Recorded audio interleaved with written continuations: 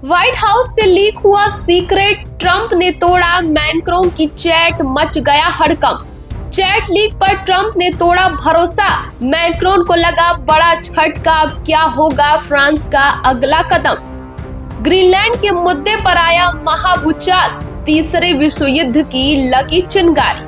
17 जनवरी 2026 रात 11:47 ट्रंप का एक पोस्ट और अगले 24 घंटे में पूरी दुनिया की राजनीति ही बदल गई। आपने अब तक राजनीति स्कैंडल देखे होंगे, लेकिन जो ट्रंप ने किया है वो इतिहास की सबसे बड़ी डिप्लोमेटिक बेवफाई है। एक राष्ट्रपति ने दूसरे राष्ट्रपति की निजी बातचीत लीक कर दी। मैक्रोन जो अपने दोस्त को भरोसे में लिख रहे थे, वो आज सारी दुनिया पढ़ रही है। और उस चैट में सिर्फ 3 लाइनें थीं जिन्होंने यूरोप और अमेरिका के बीच दरार डाल दी है। क्या थी वो 3 लाइनें? क्यों ग्रीनलैंड के लिए ट्रंप ने पूरे नाटो को धमकी दी? और सबसे बड़ा सवाल ये कि क्या ये तीसरे विश्व युद्ध की चिंगारी है? सब बताएंगे इस वीडियो में। तारीख थी 17 जनवरी 2026। ट्रंप ने अपने ट्रुथ सोशल पर एक साधारण सा पोस्ट डाला, note from French president Emmanuel Macron. लेकिन उस पोस्ट में जो स्क्रीनशॉट था वो किसी बम से कम नहीं था।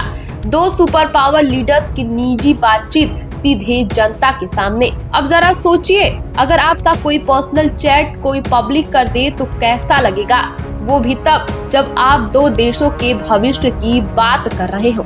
डिप्लोमेसी की दुनिया में ये सबसे बड़ा पाप माना जाता है, लेकिन ट्रंप ने किया है और दुनिया सन्न रह गई है। अब आते हैं असली मुद्दे पर।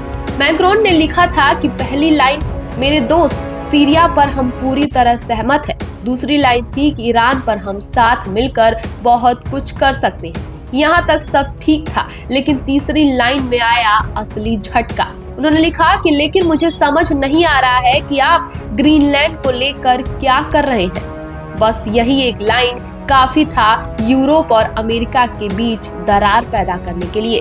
मैक्रोन ने आगे लिखा था कि दावोस के बाद पेरिस में G7 मीटिंग रख सकते हैं। यूक्रेन, डेनमार्क, सीरिया, रशिया को भी बुला सकते हैं और ट्रंप के वापस जाने से पहले दोनों पेरिस में डिनर भी कर सकते हैं। जाहिर है कि ये सब बैकडोर डिप्लोमेसी कहलाती है, जो कैमरों से दूर भरोसे के साथ होती है। लेकिन ट्रंप ने वो भरोसा तोड़ दिया है और इन सब के बीच सवाल उठता है कि आखिर क्यों?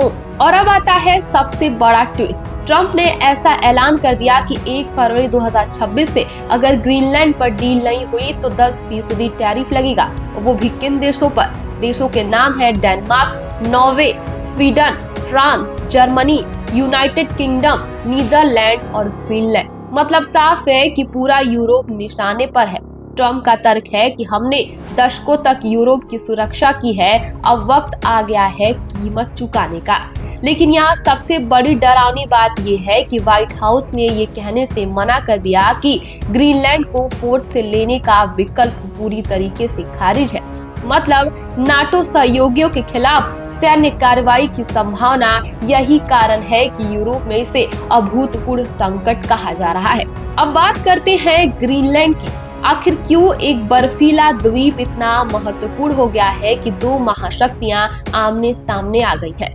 ग्रीनलैंड के महत्व की 4 बड़ी वजह है। पहला है आर्कटिक में चीन रूस का बढ़ता प्रभाव। दोनों देश यहाँ अपनी सैन्य मजबूती को बढ़ा रहे हैं।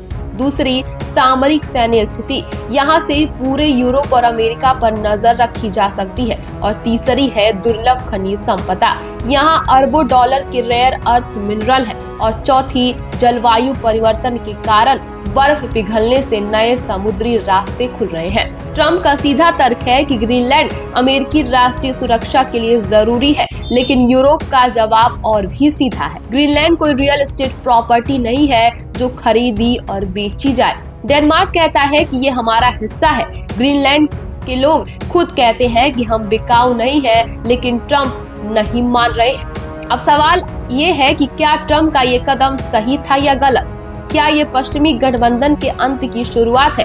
और क्या डिप्लोमेसी का ये नया तरीका दुनिया के लिए खतरनाक साबित हो रहा है? कमेंट में अपनी राय जरूर बताइएगा। और अगर ये वीडियो इन्फॉर्मेटिव लगा तो लाइक करें, शेयर करें और चैनल को सब्सक्राइब करना ना भूलें।